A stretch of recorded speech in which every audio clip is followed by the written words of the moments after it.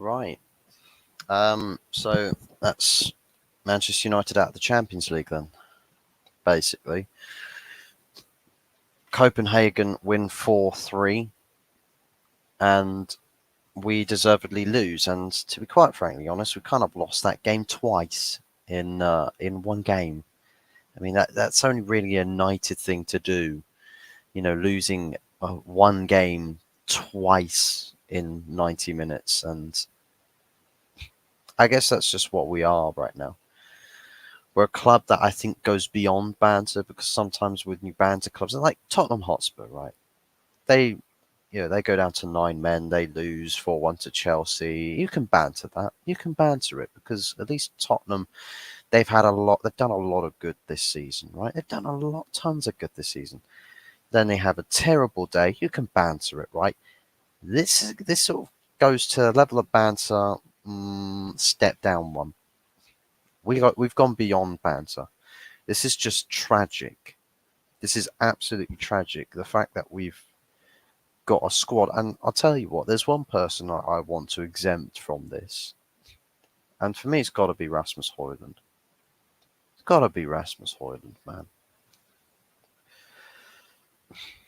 Rasmus Højlund completely exempt from it. I mean, he played since the 28th minute. He played on a hat trick, and then Mr. Cat, I mean, I don't. He's not captain, but for me, captain of this sinking ship at least. Marcus Rashford decides to go get sent off for something that perhaps he could have avoided. The scenario, whether people believe it's a red card or not, if people say, "Oh, it's not a red card, you shouldn't be red carded," whatever it is you believe. To be honest, I don't really care. Why is someone putting themselves in a position to potentially get sent off like that? I mean, why are you? Why have you put yourself there? You see, the game disappeared. The game died the second Rashford gets sent off. It absolutely died. Heads dropped, heads went, lost composure. Elyounoussi, 2-1, 9 minutes in, 13 minutes of added time. I believe it's Gonçalves, I think his name is, scores from a penalty spot. Yeah, I don't even know. I just don't even know. So half time comes around, 2-2, come out second half, look like there's a little bit of something. So we'll kind of hit the reset button on the game, right? So we start, even Stevens going second half. And you're thinking, okay, well, 10-man teams, we can win games. They do sometimes win games. It's happened before. It's not out of the realms of possibility. And you know what? We do well enough to put pressure in the box. And whether you think it's a penalty or not, Percy probably wasn't a penalty at all. We just get a decision in our favour. And you know what? VAR, mate, VAR is just fucking pathetic at this point. It is pathetic. Let's be real. VAR is pathetic. We didn't lose tonight because of VAR. We lost tonight because we're just shit. We are absolutely just downright woefully shit. End of story. Copenhagen, in vast parts of the game, were not better than Manchester United, but Man United, we don't need teams to be better than us to beat us. We don't need them to. We just need to say, okay, well, we give up. Just go score some goals. You see, I think we conceded 2 goals from crosses in the second half. Bruno Fernandes can score the penalty spot. Cool. Garnacho can go shushing the crowd, giving stupid celebrations when there's still a ton of time left to go in the game, and shoot yourself in the foot. And then United capitulate again.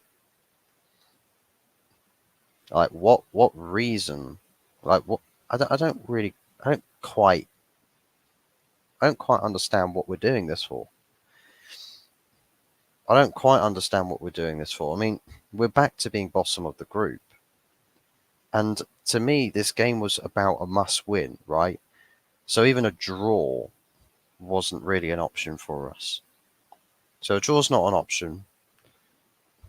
But I'm just thinking, at least be in control of what you're doing.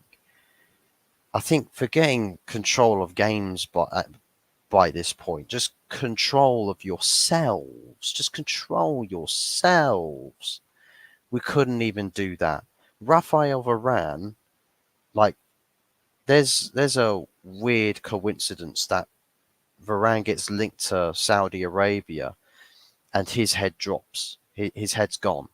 He's left Manchester officially. He's left Manchester United. His head's gone. He wants the bag. He wants Saudi Arabian bag because he looked like he couldn't give less of a toss about Manchester United Football Club. He couldn't give a rat's ass. Couldn't give a rat's ass. Big ups Longhead Yeti. Good to see you, mate. Absolutely shambolic game, and to be quite frankly honest, it's all just a self-capitulation story again. And Andre Onana, for as much as he's, I've given him credit for some good performances that he's put in, that he's shown in goal for us the past several weeks. Back to being a ball-playing goalkeeper, that costs us. Not doing ball-playing goalkeeping, keeper stuff. Just don't get it. Just don't even get it. Get it going in the league. It's long for you lot at the moment. Well, we got Luton at Old Trafford coming up this weekend, and I don't know about beating them because heads are gone. You lose the game the way you do tonight, and you go into the next game thinking, well, I feel gutless. I don't fancy it this weekend. It's too fresh in the memory. Can't be asked. I just don't I don't know what more can be said about this team. I don't know what more can be spoken in support of this team. Like, what's good about it? Big up Wolfgang Division, good to see you, mate. Player like Varane deserve better than this. Well, whether he deserves better or not, I mean, I don't really think anybody deserves jack shit when they don't try for the shirt that they've put on them. Politics, politics or whatever to me. Whatever happens, happens. But once you're on the pitch, you've got a duty to deliver and perform for that shirt. Because the second you stop performing or you don't show the interest, the fight, the desire, to me, if I was his boss, I would say, well, you've infringed your contract, mate. You've infringed your contract. For me, surplus to requirements. But there's plenty of that going around in United squad, let's be real. Plenty of that going around in United squad.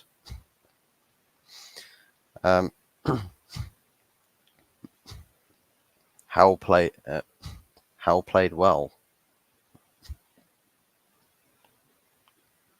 I don't know who Howe is. I mean, if you're talking about Højlund, then yes. To me, that's the only person who can hold his head up tonight. Gets 2 first half goals, and you're thinking, oh, cool, well, Rasmus Højlund, he's got a chance for a hat trick. Then Marcus Rashford decided to come into existence.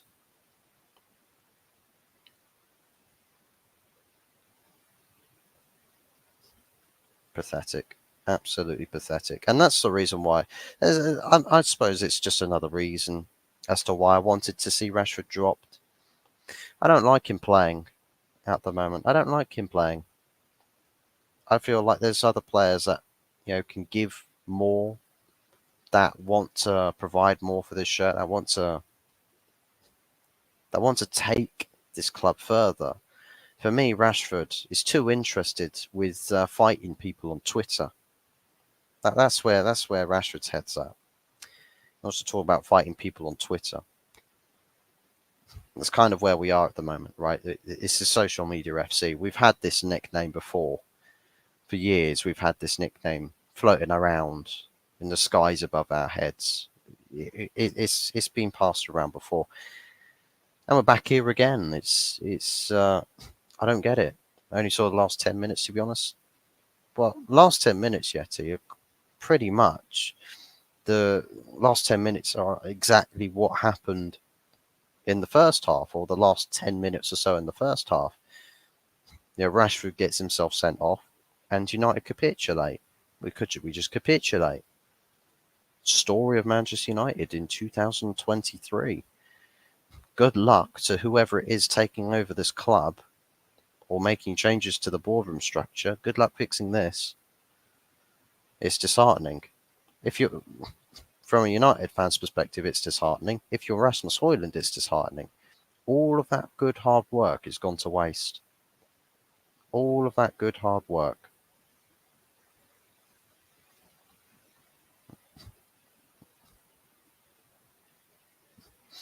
I don't know what the solution is. I would drop these prima donnas, give the youth a chance. To be honest, at least you can mould them. I don't know how much better quality-wise the youth would be. I mean, they drew the under-19s, from what I know, drew 2-2 against the Copenhagen under-19s yesterday. Howland, but yeah, Højlund, spelt with a J.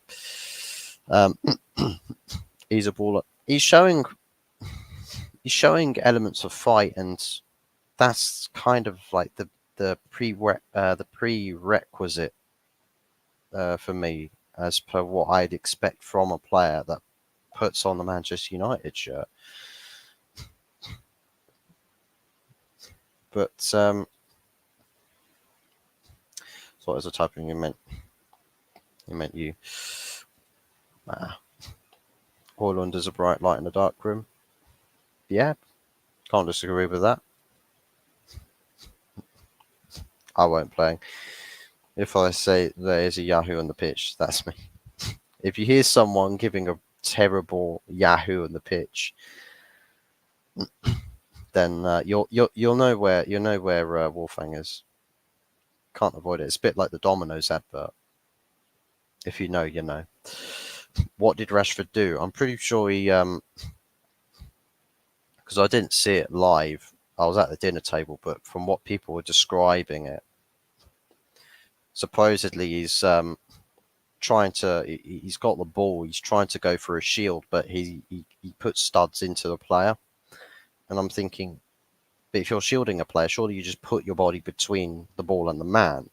So why are you engaging or making contact to a player like that, whether you think about it or not, whether you think, oh, I'm going to put the studs here? No, actually, you just use the body and put your body between ball and man if you're going to shield it. Don't start putting your studs places because you've just watched a studs challenge get red carded 2 days ago. I feel sorry for Ten Hag. He got dropped into a mess. Well, actually, he willingly signed into it, to be fair. He signed into it because he fancied the challenge, but unfortunately, for this challenge, it's a poison chalice. Anybody who steps in gets made to look like the fool. And with this responsibility comes the scrutiny. So, I'm not going to lie. Any decision, I think most scenarios of Manchester United, I think perspectives get skewed. It gets skewed. You don't really see, unless you really cut through all the crap. You struggle to see a lot of things for what it actually is. And for me, it's like Mourinho was right about this club. Louis van Gaal was right about this club. Ole Gunnar Solskjaer, in his post-sacking comments, not post-sacking straight after, but like this season when he spoke about the club, he was in various aspects right about what was going on.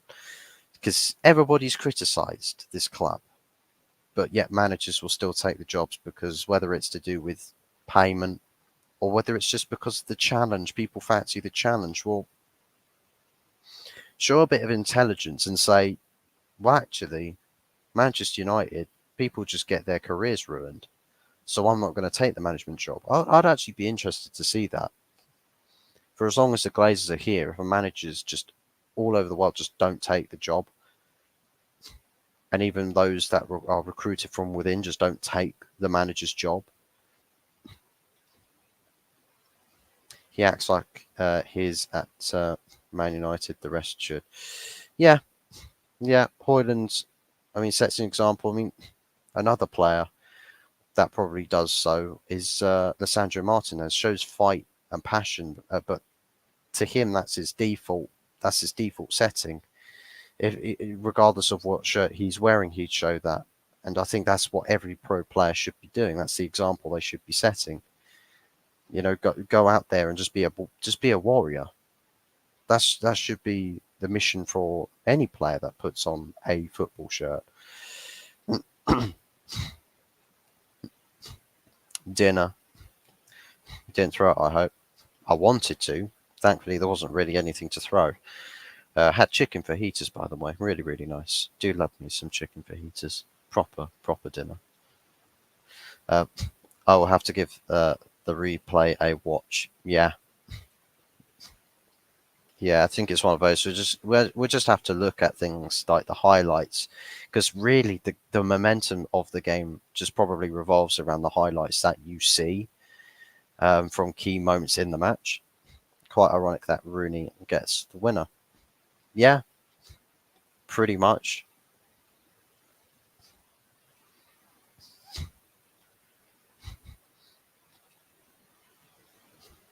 A Swedish 17-year-old player. Um, just looking into his stats here. So he's actually got 7 goals and 14 appearances this season for Copenhagen. That's in the league. He's scored 2 in 2 appearances in the cup. And Champions League, his only goal in 7 appearances is against us. They've played 7 games because I think they had qualifiers. I think they did, yeah. But yeah, it's not great. Not great at all.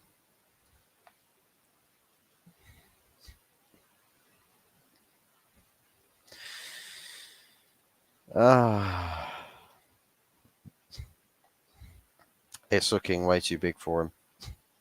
I mean, the job might be too big for quite a few managers, but the thing is I want to see how far managers go with Manchester United teams, with building teams, where they don't get arms just tied behind their back. I want to see everybody get the fairest crack at the whip. Because what we're doing at the moment is we're just seeing managers taking a job just to get sabotaged. And the thing is if people say, well, why does your manager take job? Oh, I don't know.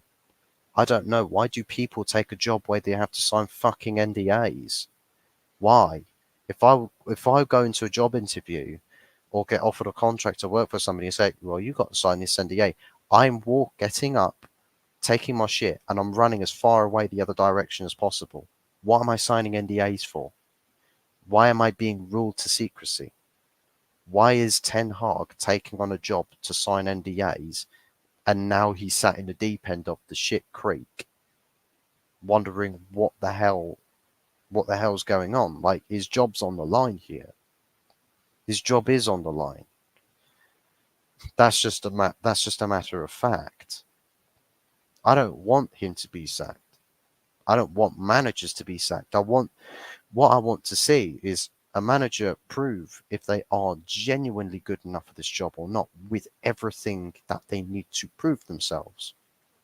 Like Ten Hag, what do we say? Let's say from hindsight, if Ten Hag gets sacked, goes to another job that's quite prominent in Europe, and starts playing scintillating football and starts winning trophies, domestic or international, who cares? Any trophies. If man goes to another club and starts winning trophies, we're sat here going, oh wow, look at what Ten Hag's doing now. I mean, that's the kind of shit that we'll be looking at in hindsight.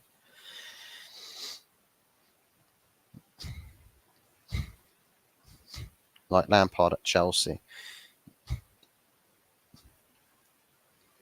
I don't know what to think about Lampard's job at Chelsea. I'd like to think more like Graham Potter. I think Graham Potter is probably a clearer case study for the club being in such a mess. It's not a fair crack at the whip for a manager to prove just how good they are, because the odds, the walls that they've got to break down are stacked so high up against them, but they're made of titanium, and you've got a wooden club to try and knock down a titanium wall set up by the Allies.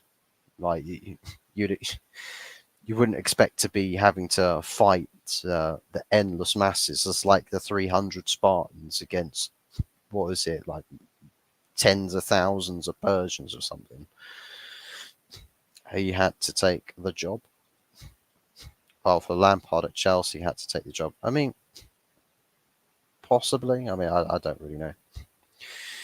What now? How do you go forwards with this team? I don't think we do. And this is, I repeat myself plenty of times, when we sack this manager, if we sack this manager, someone else comes in and we ride on the hope of a new manager bounce. Where's the clear evidence that this team that we have, the players that we have right now, will deliver a new manager bounce?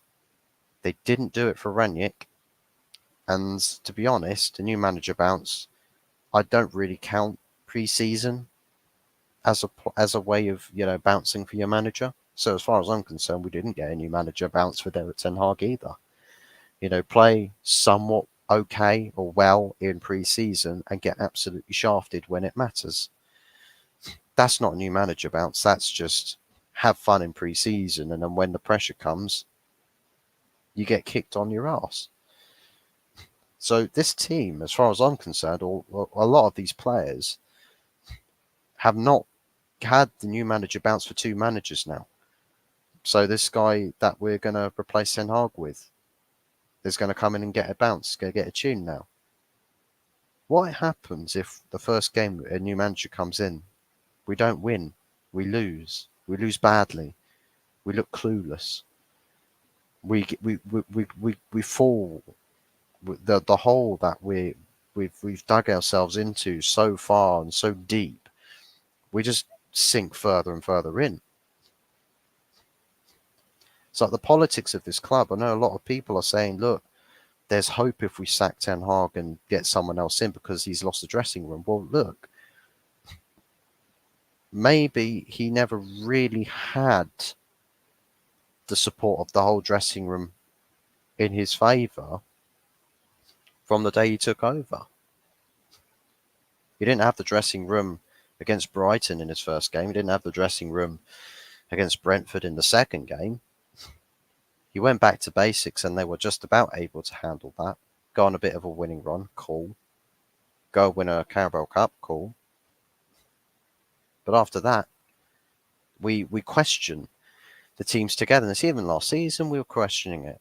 Is this team together? Are these guys really fighting for each other? So the problems that are magnified tenfold now, we were discussing questions about this last season, like the tail end of last season, and after big results like Liverpool. We get battered 7-0, everyone's talking about, oh, Ten Hag's lost the dressing room.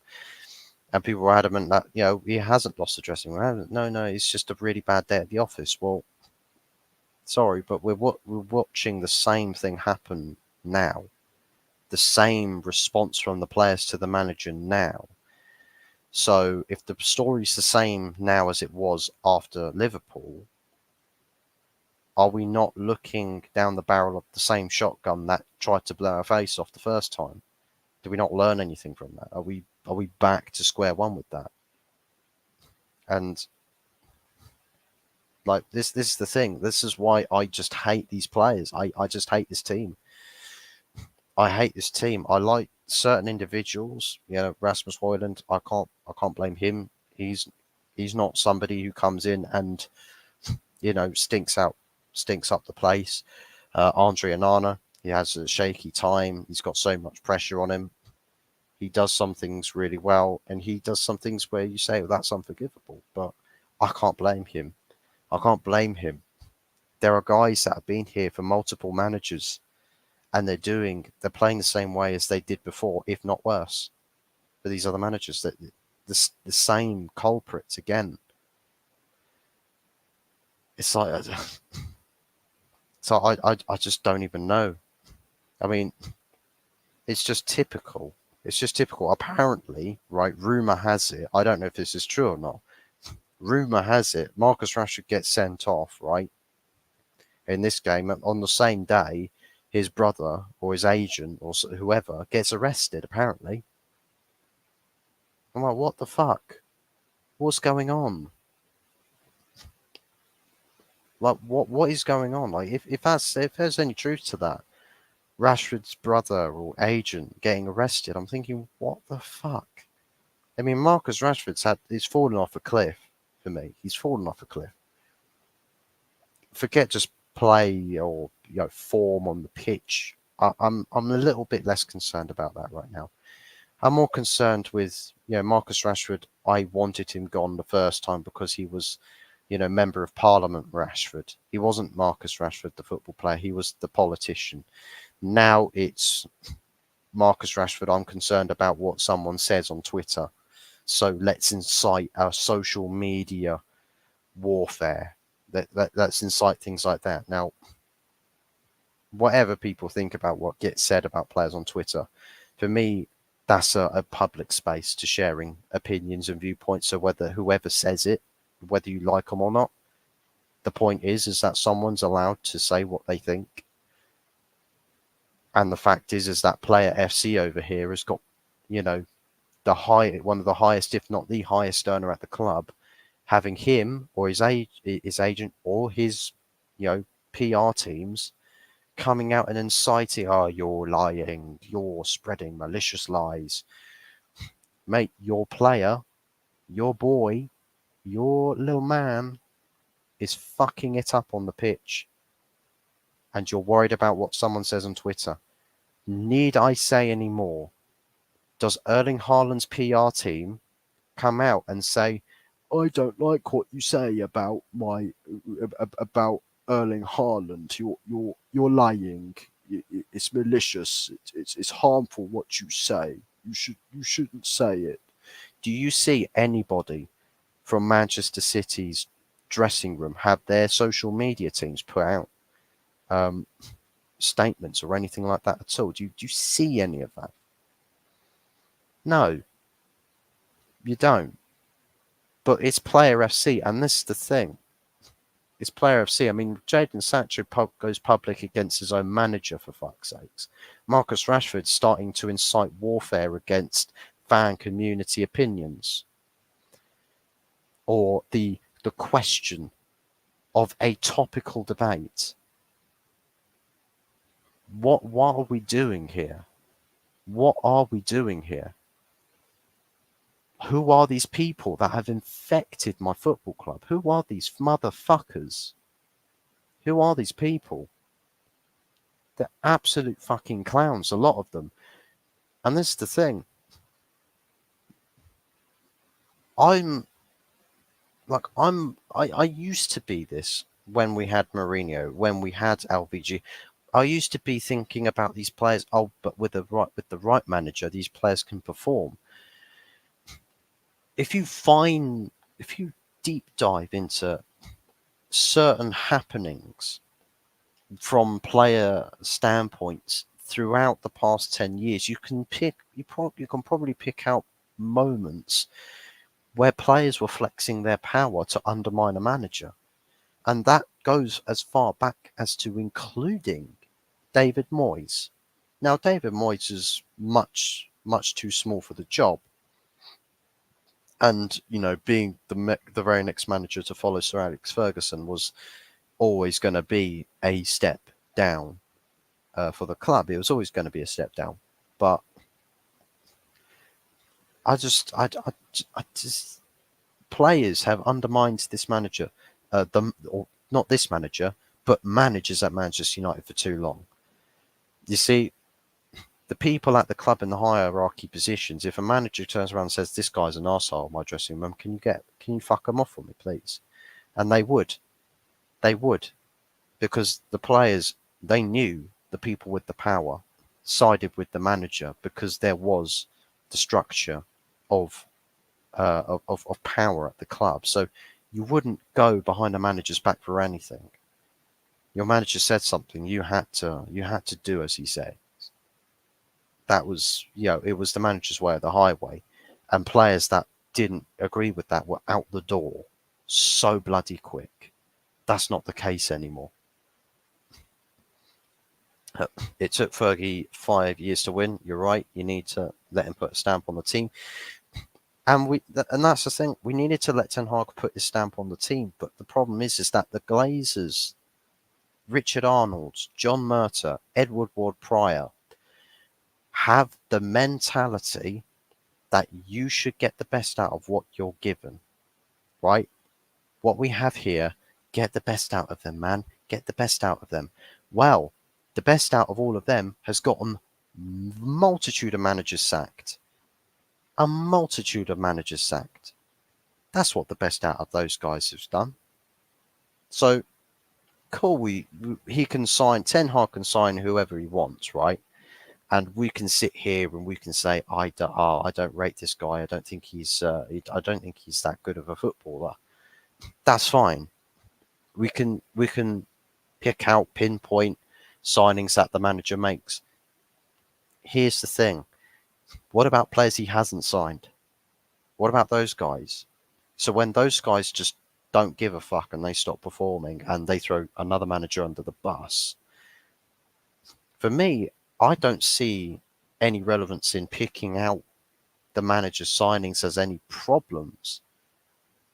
I don't think any of those guys are problems. I think the problems are those that have gotten Ollie sacked, Ranić sacked, and to be quite frankly, well, I say Ranić sacked. I mean, to be quite frankly honest, he kind of got himself sacked with a press conference interview where he just, he spoke facts and had to pay the price. But the players wanted him gone, and that was very clear to see. Unfortunately, there is no time to be afforded to managers because the process per manager is unsustainable and it's dead end. Every manager's process with the Glazer ownership and with those idiots, those bankers, and I want to change the B for another letter in the alphabet, preferably starting with a W. Those bankers that are Ten Hag's bosses and every other manager's bosses, for me, every process under them is dead end for me. Boss or a Lamp's job would have been too big. This is Sparta United. I'll tell you what, a couple of these people, these players, need some bloody Sparta kicks. I'll tell you that much. Manager bounce, it's like the drug that stops working. Yeah. Big up Hot Fuzz, big up Stephanie, great to see you.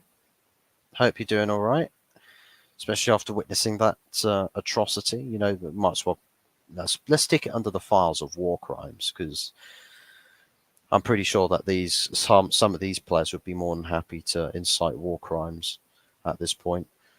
You don't hear anything out of City. You don't hear anything out of City. You don't hear anything. Well, I mean, Arsenal maybe. I mean, Arsenal, the club, do their own stupid PR stunts. But with the clubs that actually take shit seriously, you don't see players, going out onto social medias and, whining and crying about shit because someone on from a fan community doesn't or says something that you don't like. Glazer effect. It's the slow burning toxicity that's dripped all over this club. Um, Fergie left Moyes an old and dead squad. Fergie was smart, got out before the club imploded. Well, the club was sort of going downhill with the activity. When he started, going to press conferences and talking out of his arse with things like "there's no value in the market" as a prime example. That's the thing. But you know what? Left on a high, thought that's probably the furthest I'm going to take the squad. I mean, what a way to win your last title! Like comeback kings is what they nicknamed that season. Like we went behind like loads of times, loads and loads of times that season, and managed to win a league title with that. Um, United still haven't drawn a game this season. 8 wins, 9 losses. At least our results are definitive. Very, very definitive. It literally takes the cake with the term that you win some, you lose some. It takes the cake. Very unstable. Beat us, definitely. Beat us.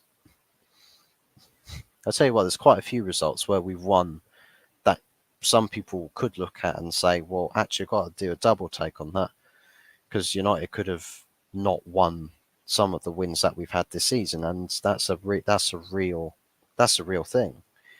There are various games that we've won where very easily with one or two differences in the game or different happenings on the pitch, and we'd be talking about more losses.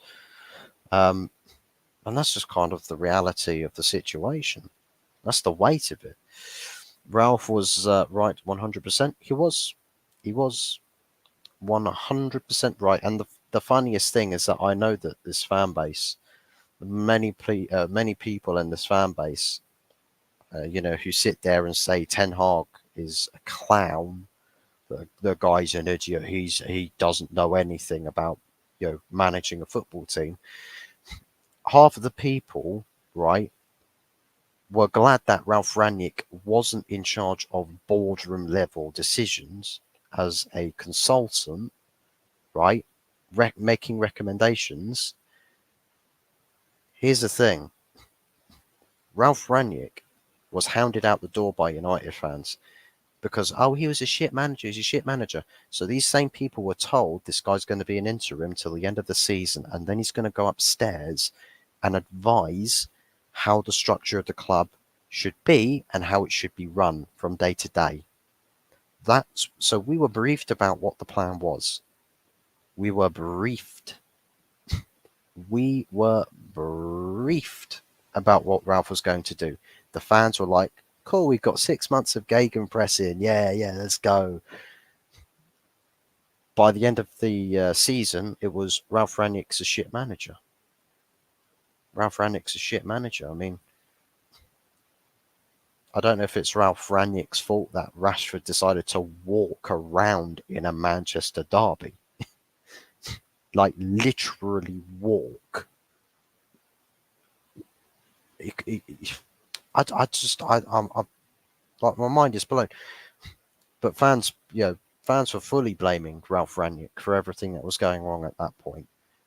Even though he sat in an interview and said, look, this isn't small cosmetic surgery. This is a full-on open heart surgery problem here. So he even said to the media, and he got sacked for it. He got sacked for saying it was open heart surgery. He got sacked for saying that the whole thing needed to be ripped up and started from scratch. He was sacked. But so many people in our fan base just were adamant, absolutely adamant, that no, it's not the player's fault. It's just shit managers every time. Like there comes a point where you can't take this. Every manager who manages Manchester United is shit. When they're different managers, they've got different ideas, but the same players constantly let everybody down. And because there's no respect for managers at Manchester United. Man, cats that keep when they use a litter box. Oh my days! Trust me, Yeti. I have a story about the cat that we've got living here. That's absolutely disturbing, and honestly, I slept rough that night. Trust me. It's not kind of a story that I fancy sharing on stream because it's kind of down horrendous. Arsenal today, Liverpool with VAR made themselves look foolish. Well, I I personally think that VAR's just got to be removed because uh, there's just too many points of questions and criticisms for VAR. It doesn't do the sport well. It doesn't do the sport well. I'm sorry, it just doesn't. I need a gas mask. Yeah, when they hit the deuce, Yeti, it's curtains, man. Shit happens, literally. We're looking good now. It seems like it's starting to gel. Fingers crossed. Talk about Nottingham Forest, then yep. Coming off the back of an impressive 2-0 win against Aston Villa. Um, Same Aston Villa that has battered teams various times this season, by the way. So, yeah, statement win for Nottingham Forest. Ten Hag had wins taken away too. Look at Arsenal, the offside goal. I still think he has. I still think he was on. Um, if you talk about Garnacho, I mean, I'd, as far as decisions are concerned, whether VAR, says they're right or wrong, I mean,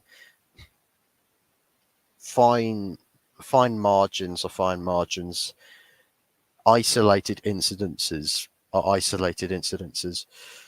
When something happens in a game, some people will pinpoint that moment as when the game changed. Like if an offside goal is given, or well, not offside goal, but a goal that's scored, right? People say when you score a goal, the game changes. There's various truths to that. There is, but then VAR can rule out a goal. It's like, but that you robbed us from that potential moment that could have changed the game. And for me, it's like if VAR is ruling out absolutely everything, you can have grievances because it's just VAR just ruling out everything, just stopping anything from going in your favour. And shit like that will happen. Um, it's like Chelsea in the first half against Spurs. Like 3 times you had the ball in the back of the net. 3 times. Or twice you had VAR saying, nah, it's not a goal. It's not a goal. The other time was just a linesman's just flag straight up. 3 times you celebrated a goal in the first half against Spurs, and 3 times you were deflated again. I mean, shit happens. Um, Evening, Jamino. Good to see you, mate. I used to rate Ten Hag, but now I think his time is up. If I were a United fan, I'd want him gone. Well, the thing is we can get rid of Ten Hag. We can give the fans what they want. And you know what? If shit hits the fan and another manager comes in, right? Don't come looking at me if I'm sat there with the biggest shit-eating grin on my face. That's all I'm going to say. If another manager comes in and everyone's hyping him up, I'm going to be sat here and I'm going to have the biggest shit-eating grin plastered on my face. And I'm going to be saying, what did I tell you? These players cannot be trusted. These players are Judases. They will stab the fucking lot in the back and they just don't care. Fill their bank accounts every week, right, for them to give less of a toss about this great football club. Or should I say, this once great football club. Uh, Ranić was a tragic manager, though. Let's be honest. I, I, I disagree. We never got to see Ranić massive mistakes or Ranić induced issues by bad management, by ways of bad management. I think the players just they didn't like what he was because he came in and ruffled feathers straight away. He challenged players' ambitions instantly. Literally, that's why it took 45 minutes for this squad to turn on him. That's why it took 45 minutes, just 45 minutes, and the squad were done with him. They're done with the boss. It's like it's like if I go to work and I get a new manager working for me, and it's like, guys, I want us to be super successful. I want us to have high aid, like ticking all of our KPIs. Well, let's do this. We'll set a high ambitious target. I get halfway through my shift and I've decided, nah, this guy's a clown. But why would he be a clown? Not because he wants what's best for me or wants me to push myself to go to a higher level. No, no, no, no, no. Because I was comfortable before. I don't like being told I have to work harder than what I'm doing. And I mean, the situation when you look between or read between the lines is self-explanatory to me. Ship manager, but he had the right idea. He had plenty of ideas, and even if he wasn't a great manager, the fact is he never really proved how good of a manager he was because the players threw the towel in. It's like if Nottingham Forest players gave up tomorrow on Steve Cooper. When you look back at what Steve Cooper's done, and the players, you see players walking around the pitch, not marking players, not tracking runners, not doing anything, doing the basics. If you can clearly see those Nottingham Forest players just are not playing for their manager whatsoever. It's like you've seen what good Steve Cooper has done, but you question the players and you ask them, why did you throw the towel in? Why did you give up? These Man United players were questioned that, and the guy that questioned them got booted out. And maybe Ten Hag's questioning them again. Maybe he is. Maybe he's doing a Ralph Rangnick. Maybe he's going to get booted out. Maybe the players want him gone. I mean, an example for somebody that is that I think is done at this club for as far as players are concerned is Raphael Varane. Guy looked completely disinterested. Don't know why. I think he's just switched off from Manchester United. Wasn't closing down players, wasn't providing an adequate, sturdy defensive performance. Wasn't doing half the things we know him well for. I don't blame Ten Hag for this. It's United's manager cycle. They need to stop it. And that's the thing. If this was Ten Hag doing this right now, and we had a squad of legitimate players, the boardroom were fully backing Ten Hag. If Ten Hag was doing this, I would say, look, Ten Hag is just not cutting it. He is not cutting it. He's had all the tools handed to him. He's got everything going his way, and the squad is not toxic. This got to be on the manager because the boardroom have established the sporting structure, but they've also got the ladder of authoritative power, so you don't have players jumping to the people above and undermining the manager. Because if players are not undermining the manager, but they're still the squad's playing like crap, you can't look any further than the manager because that guy sets that team up to play, and those players play to what the manager asks. So if the players are not performing for what the manager asks, then that's the manager's problem. And then we do have to talk about Ten Hag's got to go.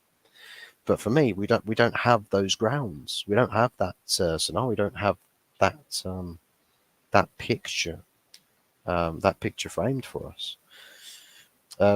Lots of players at the time were woeful, though, playing McFred and Matic as a midfield trio. That says about how shambolic manager decisions were and how bad the group of players was. And that's the thing about political powers, that some of these players probably command contracts, what must be contract incentives that they have to play certain percentages of the season. It must be. Must be. If they listened and followed Ranieri's idea, they would be better now, I believe. If John Murtagh decided we're going to stick with Ralph and we're going to perform as much of this open heart surgery as we can, maybe we would be in a better place right now. Unfortunately, John Murtagh is like somebody you find off of Love Island. When he says something, he takes it the wrong way. He thinks, "Oh, my job's under threat. I don't like this guy. Let's get rid of him." No fan base will make themselves look as foolish as Liverpool did. They celebrated Chelsea's win more than Chelsea did, yet they hated Chelsea in the summer for buying Caicedo. You can't change some people, Jamino. You can't change some people. Many masses of Liverpool are lost causes. I think we can acknowledge that. Many fans of many fan bases are lost causes, specifically Liverpool and in most cases Arsenal as well, including Spurs fans. Well, actually Chelsea fans as well. Hey, let's fuck it, everybody. Every single person's got some clapped fans. When VAR draws the lines, it's never wrong. I'm sorry, but let's just go over the fact the Garnacho goal was disallowed. Not trying to sound like a dick, but that's what I think. Well, that's what VAR has said, but that's the thing. Is with lines drawn, VAR have had incidences where they forget to draw lines. VAR have had incidences where the lines have been drawn and they've come to the wrong verdicts. It's happened. Do you know when that wouldn't happen? It's when there's no VAR. Liverpool always think they are above everyone. They don't even count themselves as part of the rest of England. Well, I know they hate the Tories, I'll give you that. Goals change mentality unless you're Spurs. Well, no, because take the Spurs out of Tottenham. If you just call Tottenham hot, take Spurs out of it, people can't call them Spurs, and they can't bottle everything. Think they're brilliant at half-time. They aren't. Checking replay now.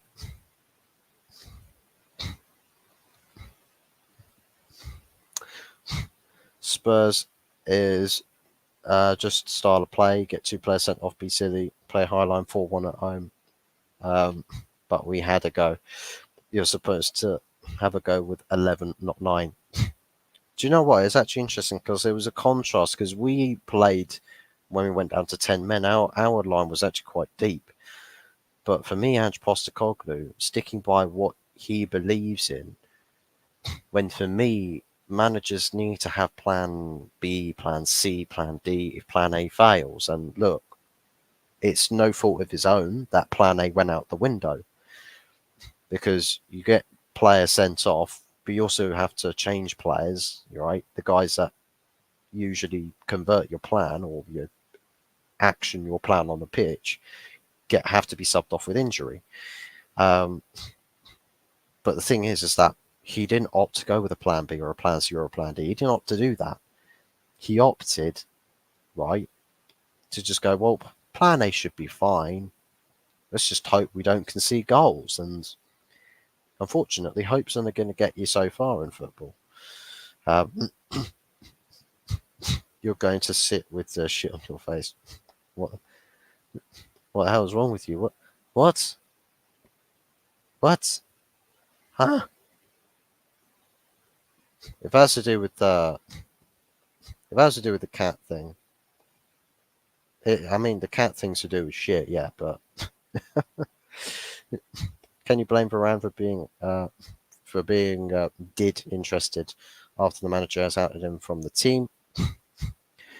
Well, the thing is I don't know what the situation is. I don't know if it's the manager has outed him or if he was out with injury and fell out of favour that way. I don't know what the situation is. We'd have to know what the situation is. We'll be given the rundown. We need to be given the briefing on that before we know for certain what's gone on behind closed doors with Raphael Varane to make, to draw the conclusions whether the guy is disinterested with Manchester United all of a sudden because of certain politics behind closed door. I don't know. The thing is that nobody knows. The fact, all I know is that I've seen a player come on and not play anywhere near the level he should do or usually does, but that things that are mentality based were lacking from Varane's game. But yeah, big ups to Big T. Good to see you, mate. We're actually missing Fred's energy in that midfield, I think. I mean, to be fair, he did give us something in midfield. You know, that sort of tenacity, getting around the park quick, getting getting stuck in a bit. Even though his technical qualities weren't great, I think just having someone that had a bit of, being a bit of a Duracell bunny in midfield. Definitely are missing some various things. Take Matic over Scotty. I mean, Matic was a slightly more technical version of Scott McTominay, but man, that guy had no pace. He won a league with us. He did. In his heydays, he did. Looked a better game than Arsenal one I watched. Was that the... I mean, it probably was. I mean, when you look at a 4-3 scoreline, it usually is a banger game, but the team that lost today, I mean, bloody hell. Same to you, Fussy. 4 penalties and 2 red cards. Where is this discipline Ten Hag brings? Well, I mean, unfortunately, he can't say to a player, don't get red carded and don't concede a penalty, and then it magically happens. I mean, a story that I know about with Jose Mourinho begging for Mario Balotelli to not go and get sent off. He's just like, please, just don't tackle anybody. At half time, he just said, don't tackle anybody. And like 5 minutes into the second half, second yellow card sent off. And that was after Mourinho begged him, have a bit of discipline, chill out, don't tackle anybody. Mario Balotelli goes and gets instantly sent off in the second half. So,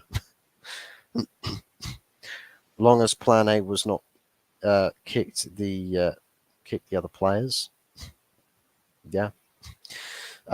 Seville were crap. My God, they were.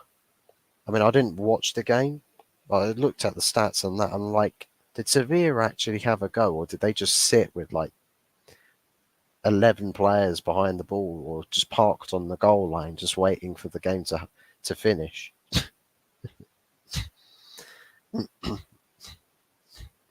Ronaldo, De Gea, Sancho, probably Varane and Casemiro in January. Is the Hague popping off the high earners one by one? Well, if you're going to talk about our high earners, then technically Rashford would have to go as well, because Rashford, I think, is at the moment the highest earner at the club from his new contract in the summer. So we would have to include Rashford onto that list, I think. But yeah, there is some various trends there. Doesn't help that the club themselves decided to, well, a collective between manager and club decided to treat De Gea like absolute shit. Seville are a rep team. They have a great past. I'll tell you what Seville are trying to do. They're trying to angle themselves for Europa League because they know if they get down to Europa League, they'll go and win it. They're probably throwing the Champions League because at least then they'll be able to be in the competition that they usually win. So it's probably just some 4D chess by Sevilla. It probably is. I mean, let's have a look at their group. I mean, Sevilla are down on 2 points, so they've got 2 games to get ahead of Lens. I mean, PSV and Lens are both on the same amount of points. But yeah, Seville will probably try and angle their way for Europa League qualification, so they might win the next game, and they'll just try and mirror the same result as the other game on the final day. Yeah, man. It's collapsed. But anyways, I'm going to wrap things up there, people, before it gets too late. Um, we'll have to see how things go from now on with United and Luton this weekend. It's not looking good, blood. It's I've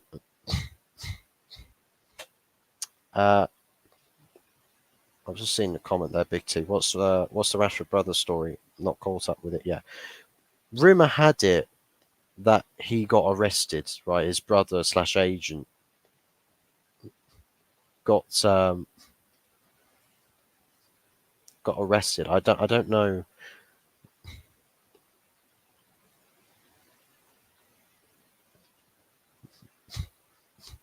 Oh yeah, Marcus Rashford's brother and agent has been arrested for domestic violence in Miami, Florida.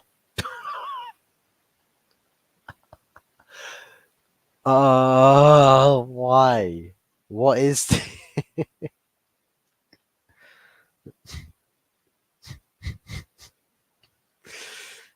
I've just seen the post on Twitter, and it looks like a mugshot, and the guy does look exactly like Marcus Rashford's brother. You can see the similarities there. Oh my god! When does it end? When does it end? Can we?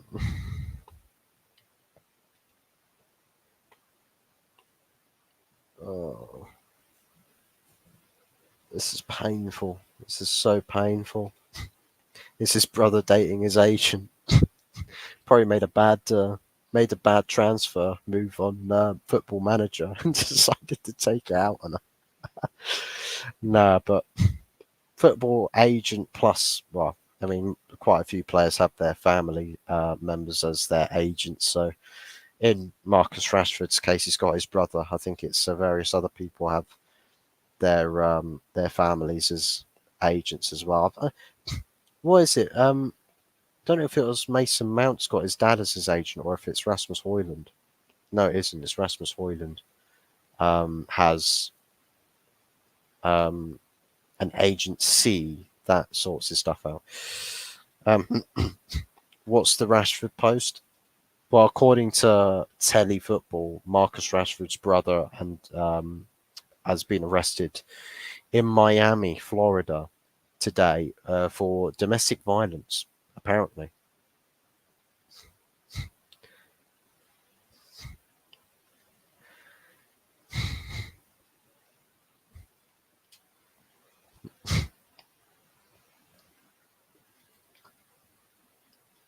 I just see everybody's just losing their shit.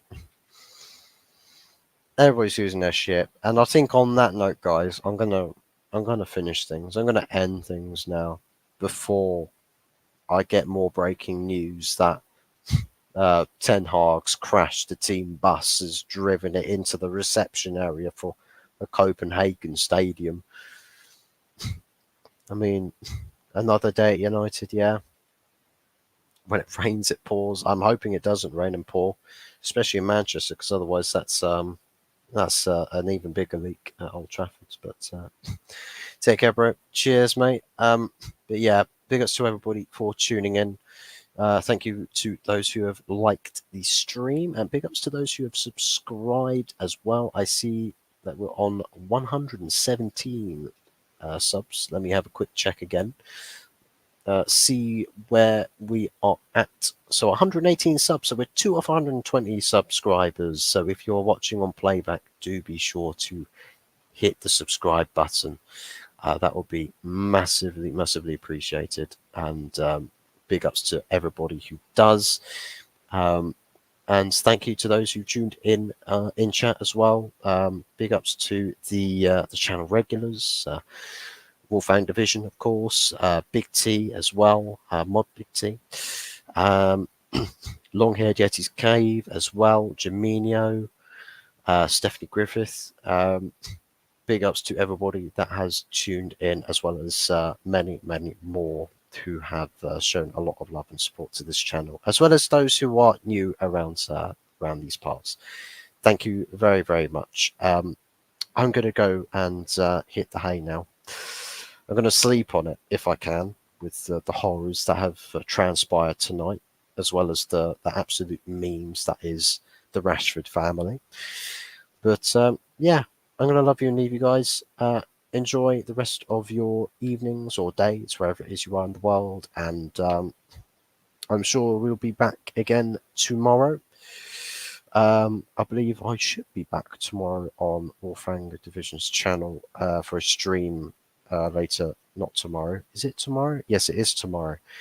I'll need to see what time Warfang Division, what time that stream is, because I will be at work for most of the day tomorrow. So if you were able to just sort of run the time over to me as to when you're planning to do the stream, if it's after say 6ish, 6:30ish, 7 p.m. Okay, so I might be able to get to that. I have to see what time dinner is as well. Russian family up there with the Adams. Oh my God. I mean, might as well say that he's part of Adam 22's family with the amount of fuckery that's going on over there. But anyways, I'm going to love you, leave you guys. Thank you very much for watching. Take care, goodbye, God bless, and we will see you on the next one. Ciao for now. Take care. And as Yeti would say it, goodbye.